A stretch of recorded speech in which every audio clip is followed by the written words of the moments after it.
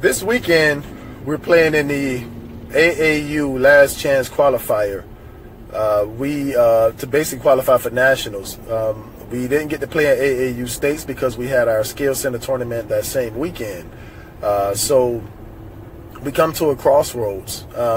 Either we go and qualify for U.S. Amateur, nationals by playing in the U.S. Amateur State Tournament, or we go and jump in this Last Chance Qualifier to play in AAU Nationals. Now, I prefer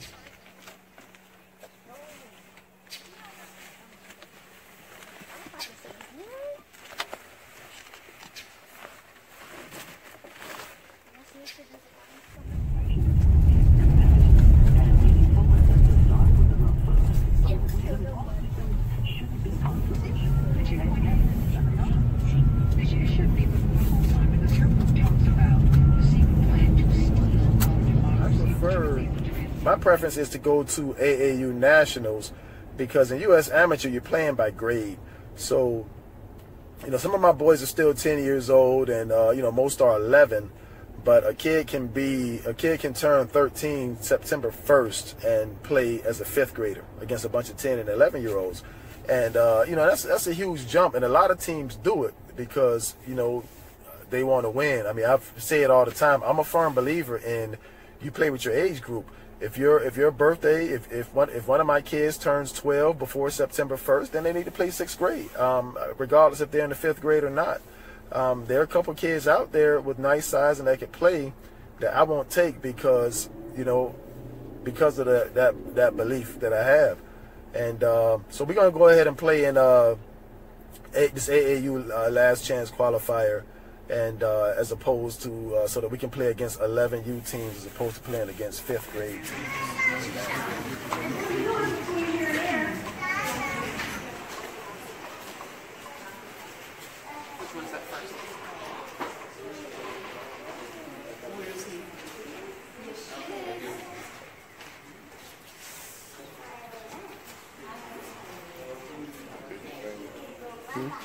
That's ready?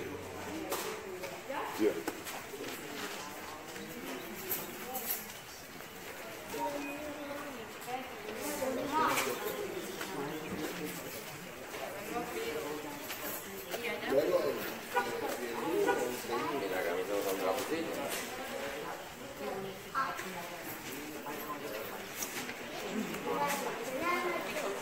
So that, my friends, is pretty much the check-in process for most of these tournaments. They make sure the coaches are who they're supposed to be by checking our IDs and everything, but there's no real check and balance about that these are the actual 5th grade players that are supposed to be playing. If I want to, I could sneak 2 7th graders from our 7th grade team and let them play 5th grade and beat everybody. And unfortunately some teams do that, but they don't hurt anybody but the kid in doing so. They want to win that bad. Forget the development of the players, they just want to win. And that's the struggle. You know what I'm talking about? That's the struggle.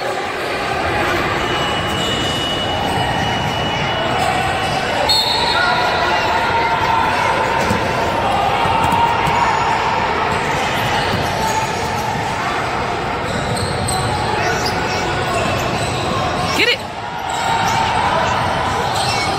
Dang! Because he's 11.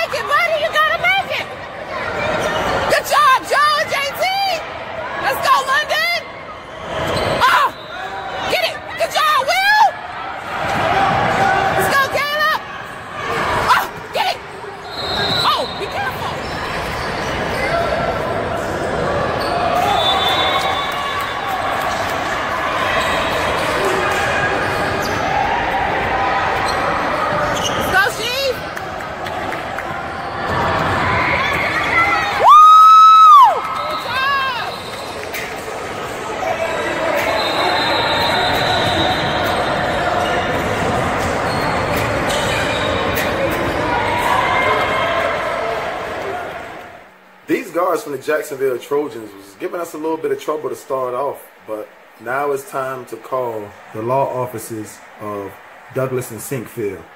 Go to work.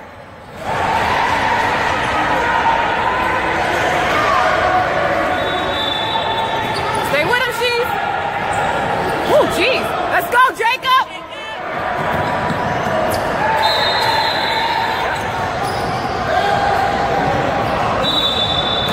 Hands up.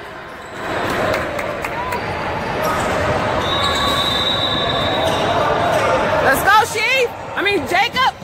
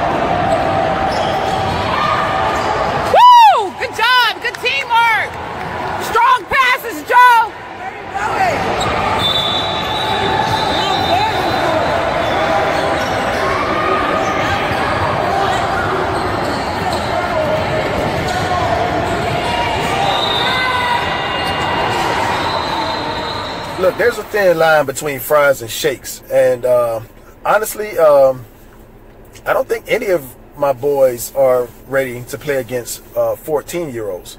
And you know what I mean by that? Some might be you know, physical and mature enough, you know, on the offensive end, so to speak. But defensively, not one of my kids is you know, ready to jump into that fire. Because I mean, you have to look at it. Emmanuel Sharp, who is, you know, phenomenal, probably the best 8th grader in the state of Florida, one of the top 8th graders in the nation. He just turned 14. Not one of my kids could come nowhere near. And look, Emmanuel, he plays how he's supposed to play on the offensive end. He's a dog. I mean, he's heartless. He plays mean, physical. He's extremely skilled. Uses his body better than guys I played with in college could. And if you don't know who Emmanuel Sharp is, check him out.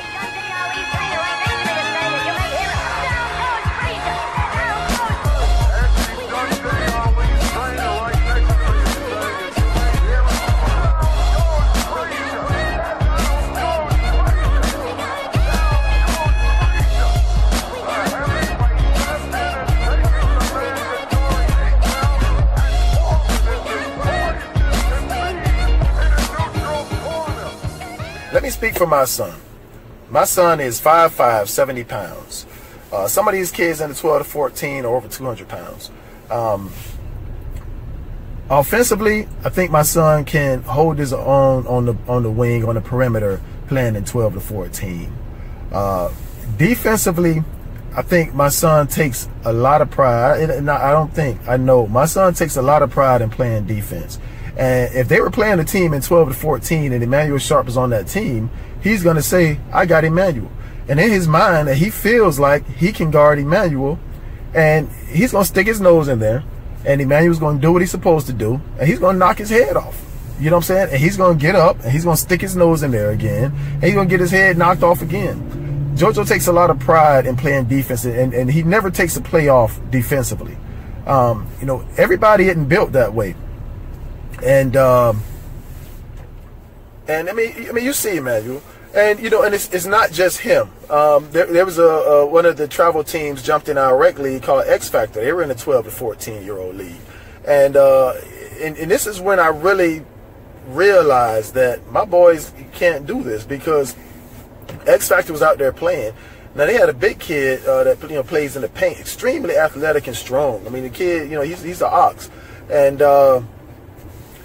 he's in the paint, and there was like a loose ball in the paint, and somebody else had their hands on it, and he bent down and he just snatched the ball, out of the kid's hand. And the only thing that I was thinking was, okay, so what if one of my kids, any of my kids, had their hands on that ball, and that kid snatches, that ball like that? Now you're talking about a separated shoulder, or he's gonna separate something. You know what I'm saying? Because I mean, this kid's already hit puberty, and once these kids hit puberty, there's a little extra man put into these boys that none of my boys have, not one of them. And I'm speaking for myself.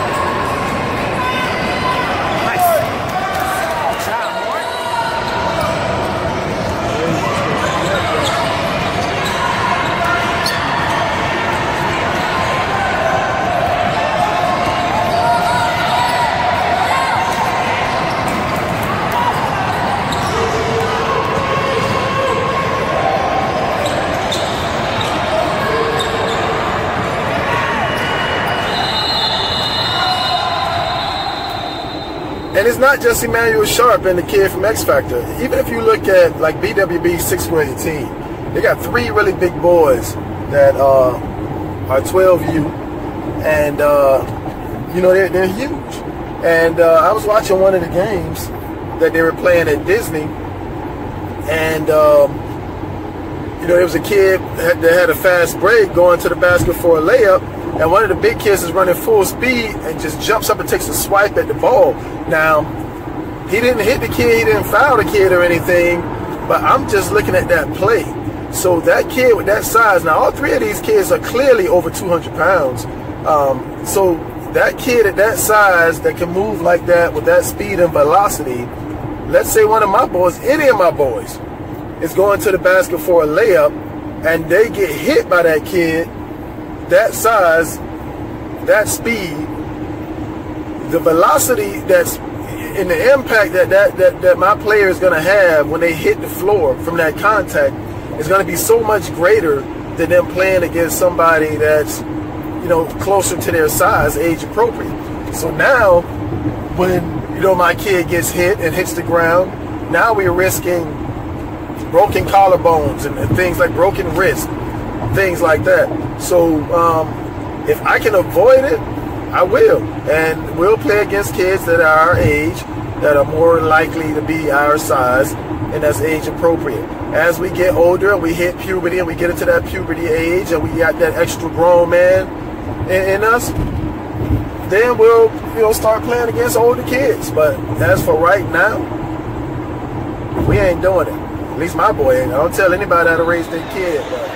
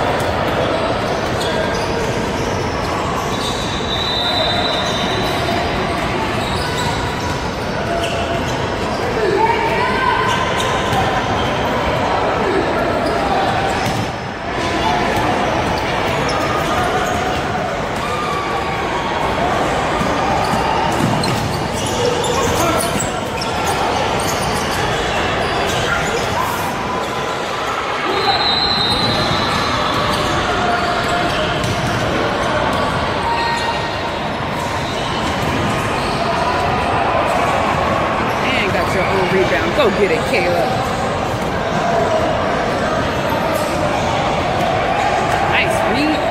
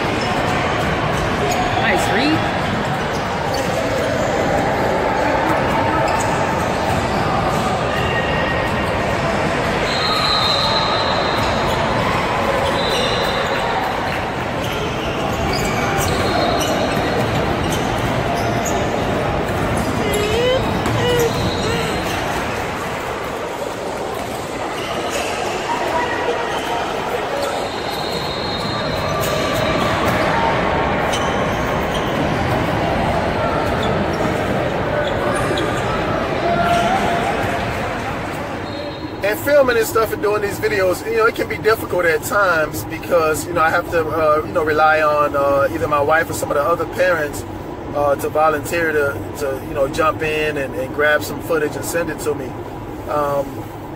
And it's difficult. You know, I have, you know, one set of parents that they film every game and they go back and watch it later for the white team, and they take the stats, and that's how I'm able to keep up with, you know, all of the stats. And I have a parent on the orange team that takes the stats live, and but it's you know, it's been a little bit of a challenge to get someone to film some of the orange team's games. Like one of my coworkers was, you know, telling me like, man, you don't give the orange team no love, and you know, and there's never anybody at those games, and or whatever the case may be. And you know, that's not the case, because you know, the orange team does have the same amount of people watching their games than the white team has, but it's, you know, it's just, you know, the resources, you know, as far as what someone's willing to do for the white team is just, you know, greater than what I have on the orange team. So unfortunately for this tournament, I don't have much footage, you know, because Coach Chief was coaching the orange team this weekend, and all of the games were going at the same time. So we don't have much footage of the orange team this weekend, but they played very, very well. You know, they beat a tough team, and going into so the last game of pool play is on Sunday, and the last game of pool play is another Civil War, orange versus white. But since orange and white beat the other two teams that are in this qualifier, we will both be playing against each other in the championship game. So why would we drive 2 hours to play against each other? So what I did was I went and I asked for the tournament director, and I explained the situation to the tournament director that, look, we have to play each other in the last pool play game, and then we have to play each other again in the championship game. We have to drive 2 hours to get here, and you know, before we check in the hotels with some people, or you know, some people drive back home and make that drive back, we can save you guys the money on your tournament for the fees that you're gonna pay these refs, which will save you about $100 for the 2 games, and you can just give us all the trophies now, and we'll take pictures with it, and we'll call it a day. And so that's what we did. We didn't play the last pool play game, and we didn't play the championship game against each other, because we just go to the skills center and do that from home, and we can call y'all with the score and tell you how it came out.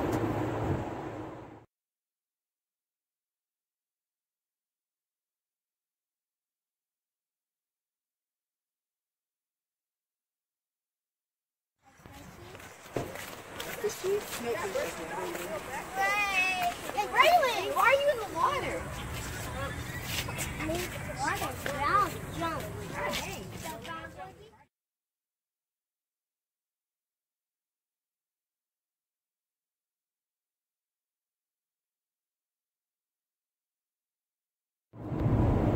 So after this tournament, we have officially qualified for AAU Nationals, where we get to play by age, 11U.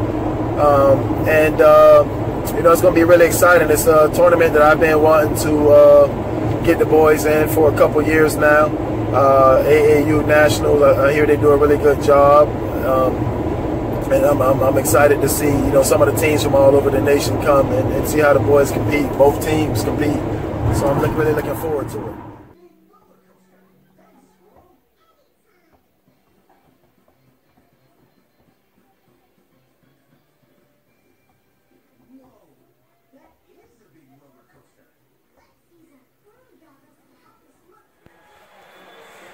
I say all that to say this: Skill Center Elite White, Skill Center Elite Orange has qualified for AAU Nationals.